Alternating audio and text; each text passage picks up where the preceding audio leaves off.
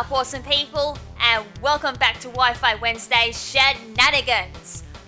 Alright, for tonight I have an extremely long battle, so without further ado, let's jump straight into the action because I know how much you guys loved and missed Wi-Fi Wednesday last week.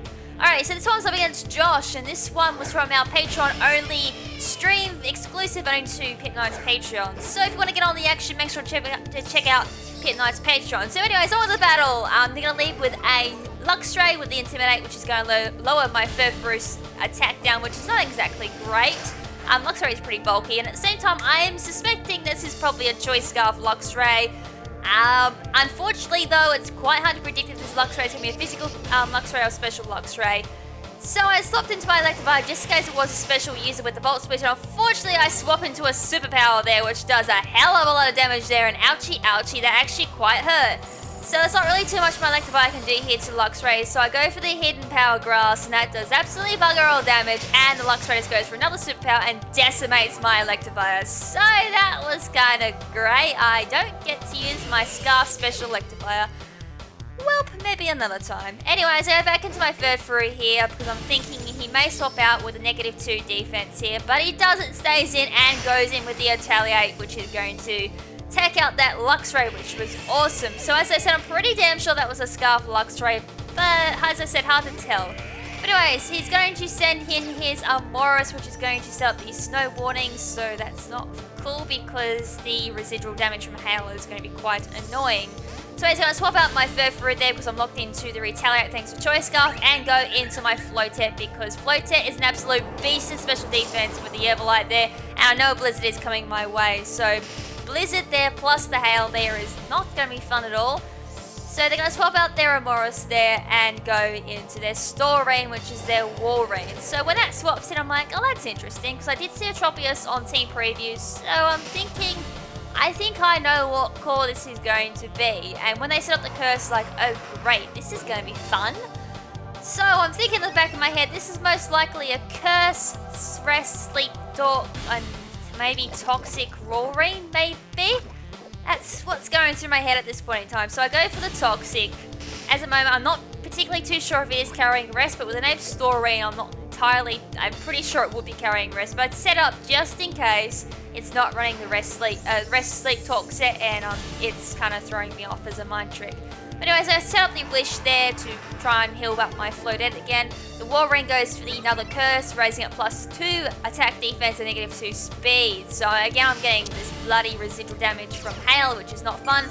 And the Walrein's just sitting there going nom, nom, nom, nom, nom, nom, on the ice body ability, which does allow it to have some healing, plus leftovers there on its health as well. So it's the double recovery, which is indeed not quite fun at all.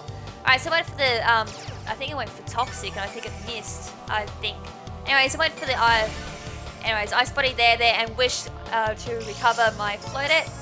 So more leftover recovery there for the Walrein, so it's just numbing up that health and nullifying my poison, which is, as I said, not fun at all. Alright, so I go for the Moonblast here to do some damage to it, hopefully lower its special. Well, then again, special attack's gonna be absolutely, oh, look at that, I got the special attack job, that's absolutely useless. Alright, so it goes for the Toxic here. So as I thought, Curse, Rest, probably won't have Sleep Talk now that I think about it. It may have Sleep Talk, it might have something like Waterfall or something. But at the moment, it's definitely looking like a stally set. I mean, at worst, it has Dive, but if it has Dive, then that's just the full Pit Knight's Walrein sweep set. Rest, Sleep, Talk. Yeah, max health, max special defense. Alright, so Toxic's finally racking up some nice damage there. I go for Detect here just to see what it's going to do, just in case it goes for attack. And there is the Rest. So it's like, yay. So Rest, Toxic, Curse. It may not have Sleep Talk after all. If it has Dive, then yeah, I definitely know the set. And the Tropius will be the defensive wall with the Citrus Berry Harvest ability. So that's probably the core of this team, which, as I said, it's not quite fun to verse at all since they are quite stally. Alright, so there's not really much I can do here, so I'll swap out my Floatet and go into my Stunfisk, see if I can do anything with a Stunfisk at all. Alright, so the hail stops finally, so it can't get any more of those Ice Body heals. I go for the Foul Play here, and that does bugger all damage. So I was like, oh great, that's not gonna work. And I'm running no special attack EVs and there's Stunfisk either, so I don't think I'm running any EVs at all, in EVs or IVs in special attack, so this is gonna be fun! So I go for this Earth Power there, there's Bugger All as well, and the Toxic's coming away, so it's like, oh boy, this is not a good start at all. So it's not really too much I can do against this walrein at all. I kind of have to wait for it to go to sleep again for me to make my next move, because it does not have Sleep Talk, by the looks of it at all, since it didn't use it. So I'm going to try and use that to my advantage. So even if I just get a crit or something that'll force it to swap out or force it to go to sleep, that'd be great. So it goes for the dive here, and I'm like, yeah, I know exactly what set this is now, it's just confirmed it. So it's the dive to allow extra stall there from Toxic and a little bit of Ice Body stall as well. And I can do Bugger All to it. So there goes the dive, and I'm gonna go absolutely decimated by that. Even, wow, it was a critical hit too, but the static does kick in, which is awesome. Not like it really needed it with a -2 or -3 speed. Alright, so half the battle done, and I've done Bugger All. That's awesome. Oh, the shenanigans are real. So I say my Pyro because it's probably the best thing I've got to hit this thing, since it's kind of have to get hit by some powerful special attack move to get past it. So Throw is about a 2 or 3 hit KO there. The paralysis actually kicks in, and my god, my luck was actually decent for once. Usually paralysis works against me. Alright, so I got enough for the flamethrower here. This is probably just going to miss out on the kill, and it lives on 1 HP. God damn it, why do you do this to me, Hacks?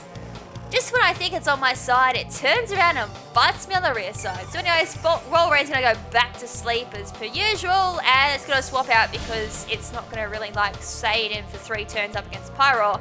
And they're going to go into their ORAS. So I'm not too sure what's going through the head. I don't think they realised I was choice spexed at the time, and they thought they could do something here. I'm pretty sure this might be a choice scarf or choice specs and ORAS. Not too sure because it's a 2-hit carry there from the flamethrower. I will outspeed it the next turn, and I will take out the ORAS. May not be choice scarf, sorry, be choice specs. That's usually what the ORASes are.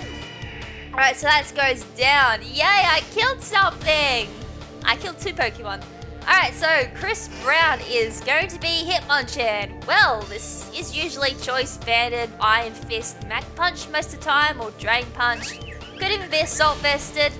So I go into my float it here because I've lost my defensive wall, which was my Stunfisk. I don't know why that was my defensive wall at all. It's just kind of a team I had in my battle box for like over a month. So as I said, I wasn't exactly too sure why I chose the Pokemon I did. Anyways, Mac Punch is going to do Bugger All, so it goes for the Thunder Punch there, and I am going to go, unfortunately, down to the Thunder Punch. So it's not choice banded there because of the Life Orb damage there. So Life Orb, Mac Punch, Thunder Punch, probably Fire Punch, and maybe Ice Punch is probably the moveset it's running. It may have Drain Punch on it for recovery because Drain Punch and Life Orb work absolutely brilliantly well, thanks to be able to recover the residual damage there from Life Orb. Anyways, they're going to swap out there into their Banana Saw. I go for Frustration there just in case they didn't swap. And Defensive Wall Tropius is going to eat that up pretty well. So, that's not cool at all. So, the Hail there is going to buff the Banana Saw, but I definitely know what this set's going to be. It's going to be the Citrus Berry Harvest. We'll probably have Roost there on as well. Lead Seed as well to be a pain in the rear side, and Air Slash for flinch chances or just to be annoying. Alright, so the Hail there is going to buffer the 2 of us, doing a little bit of residual damage to both of us. There's the Citrus Berry, and it'll be just my luck he'll get the Harvest as well. Alright, no Harvest, that's awesome, but he does get Leaf Seed recovery there. So there's Tropius who just go nom nom nom nom on me all day long without a care. And oh, there we go, there's the Harvest, just my luck. Alright, so there's absolutely nothing my Furfuru can do since I am locked into Frustration, so I'm going to go back into my Pyro because I know there's not really too much Tropius will want to do, and Unnerve is going to prevent these Citrus Berries activating, but they are going to swap out there, and they're going to go to Unibrow, which is their Farfetch'd. Alright, so Farfetch'd, this is interesting, and very, very, very interesting indeed. It's not very often I see Farfetch'd, so usually they're choice banded with Brave Bird and Quick Attack. And that was another critical hit, so great, I can't read it very well. Doesn't matter because Farfetch'd is going to go down. Even if that was Focus Sash, the Hail would have absolutely annihilated the Focus Sash, so I'm guessing that was the only move that Farfetch'd would have been able to do. So Hitmonchan comes back here and it's like, nope, I'm out of here because I know 1 Mac Punch will probably decimate Pyro. Alright, so back into my Furfuroo. Fur coat hopefully will save my Furfuroo here, but unfortunately due to my EVs, I've got a funny feeling it's going to do way too much damage, and that definitely did way too much damage for me to survive.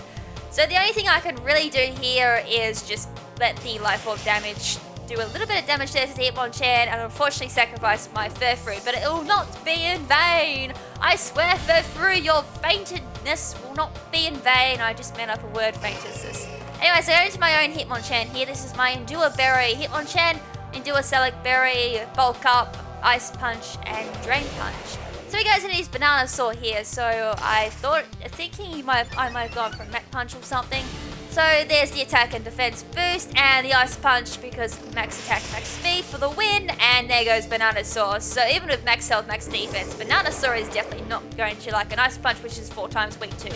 Alright, so in comes his own Hitmonchan. So he's gonna go straight for the Fire Punch here, outspeeding me unfortunately. Do not burn me. Oh my god, you've got to be kidding me. Right, so just, yeah, Hax really hates me. So I go for the Drain Punch here. That is just gonna kill the Hitmonchan. I think that just made it actually. That bulk up +1 really did help. So the Hitmonchan goes down after burning my own Hitmonchan. That is a pain in the rear side, really. That is a big pain in the rear side. Hax, why do you do this to me? Anyways, the Walrein's gonna come back in on me. It's still asleep, snooze on the job, and since it is asleep with no sleep talk, it can't really do too much in this position. So Drain Punch is definitely a 2-hit KO here. No hail on the field, which means it only gets leftover recovery. So snooze, you lose is kind of the best statement to say here. So leftover recovery here is going to kick in. Unless I get minimum damage here, this Walrein is not going to go down. So even with the burn, this Walrein is kind of screwed over thanks to the +1 from bulk up. And that's the Walrein down. Yay! A critical hit! Yay!